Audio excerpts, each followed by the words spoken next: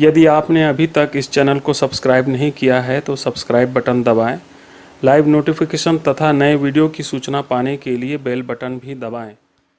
इसके बारे में थोड़ा सा इसमें तुलसीदास जी ने खास लिखा है कि जो हमरे बैरी विविध वरुता तिनकर मरण एक विधि हुई, वो सामने देख करके लड़ते नहीं हैं और विभिन्न झुंडों में इस देश में आए हैं और वो बाहर से आए हुए हैं, ये साफ इंगित किया गया है। दूसरा ये है कि जब युद्ध हुआ आर्य अनार्य का, तब विद्युत जीव जो रावण का दमान था, बहन दमान शूर्पणखा के पति था, शूर्पणखा ने 20वें सर्ग में, उत्तरकांड के 20वें सर्ग में शूर्पणखा ने कहा है कि भैया तुमने मुझे विधवा बना दिया।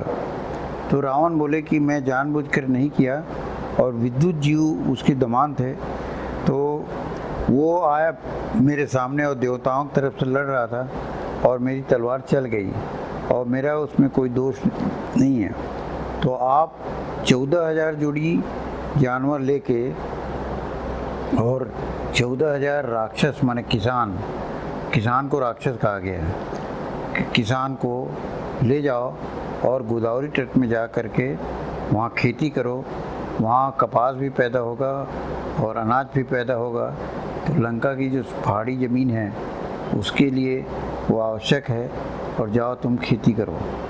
ये 20वें सर्ग में रामायण में लिखा है, वाल्मीकि रामायण में। शूर्पणखा आई है, वहाँ खेती करने गई तो उसके बैल को न खाएं, इसके लिए राम के पास गई और वो बोली कि भाई तुम आ गए पंचवटी में तो ठीक है, लेकिन यहाँ के बैलों को मार के तुम्हारे ऋषि मुनि न खाएं, ये बात कहने गई थी। और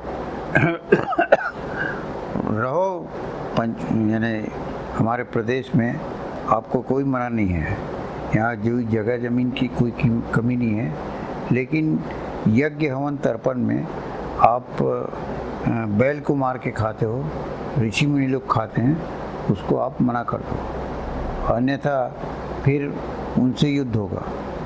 तो वही खर दूषण के द्वारा जो थे 14,000 वो जोड़ी बैल लाया गया था और उसकी रक्षा के लिए वो लड़ाई लड़ी।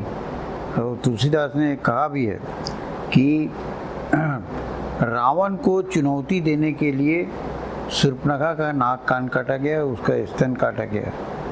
तो इस तरह से उसमें अरण्यकांड में लिखा हुआ है रामायण के।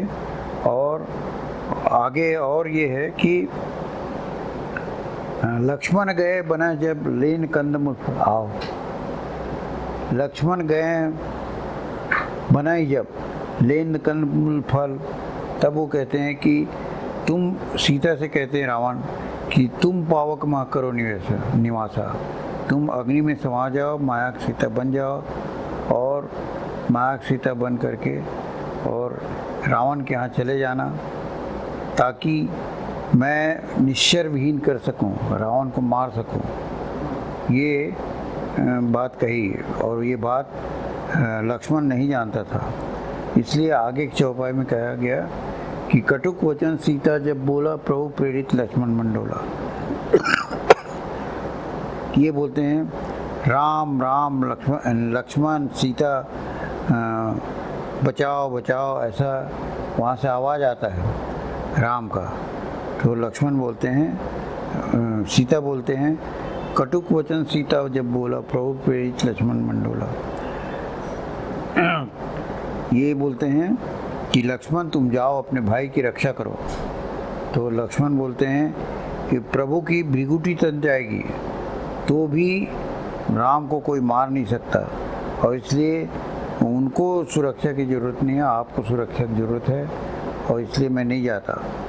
तब सीता उसको बोली कि तुम्हारी जो नियत है वो अयोध्या से निकले उसी समय तुम्हारी नियत मेरे ऊपर ख़राब थी, और तो राम भले मर जाएंगे लेकिन मैं तुमसे शादी नहीं करूँगा। ये कटुक वचन सीता जब बोला, प्रभु प्रेरित लक्ष्मण मंडोला, इस तरह लिखा है। कुल मिला के ये है कि षड्यंत्र पूर्वक रावण को मारा गया। और जब सीता के पास पावर था कि वो एक तिनका दिखाते तो रावण भस्म हो जाता, तो रावण जब उसको उठाया और इसमें गोद में बैठाया तो उस समय उसको भस्म क्यों नहीं किया? तो इसका मतलब ये है कि सीता की इच्छा थी और इसलिए वो गई, क्योंकि आदेश था कि प्रभु प्रेरित लक्ष्मण मंडोला, भगवान ने प्रेरणा दिया कि तुम सीता को छोड़कर आ जाओ, और लक्ष्मण का मन डोल गया और वो वहाँ से हट गया। यानी राम ने उसका मन डुला दिया कि तुम वहाँ से हट जाओ ताकि रावण ले जाए। तो योजनाबद्ध थी बात। अब वहाँ जब रावण उसको उठा करके अपने गोद में बैठाया तो लक्ष्मण यानी रावण को भस्म कर सकती थी, जो नहीं किया। दो तरफ बात करते हैं, एक तो ये कहते हैं कि सीता पवित्र थी और रावण अपवित्र था। यदि सीता पवित्र है तो रावण भी पवित्र है, यदि सीता अपवित्र है तो रावण भी अपवित्र है। तो एक को तुम पवित्र बोलो, एक को अपवित्र बोलो, ये गलत है। और दूसरा ये है कि वहाँ यह अशोक वाटिका में सीता अकेली थी, लेकिन वहाँ स्त्री सुरक्षा गार्ड रखा था। यानी उस जमाने में उसके पास, रावण के पास स्त्री सुरक्षा गार्ड था। लंका समुद्र रक्षक सुरसा थी और बॉर्डर रक्षा लंकनी और सेनी था, और एसपी त्रिजटा थी। तो स्त्री गार्ड पूरा ये इसका गंगा तट के रक्षक ताड़का थी। तो तमाम स्त्री रक्षक लंका के कौन है? आ जाओ। तो इस तरह से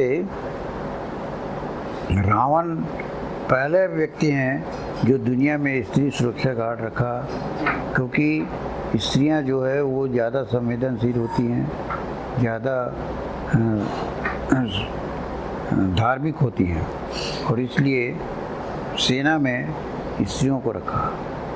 ये दुनिया का पहला इतिहास है।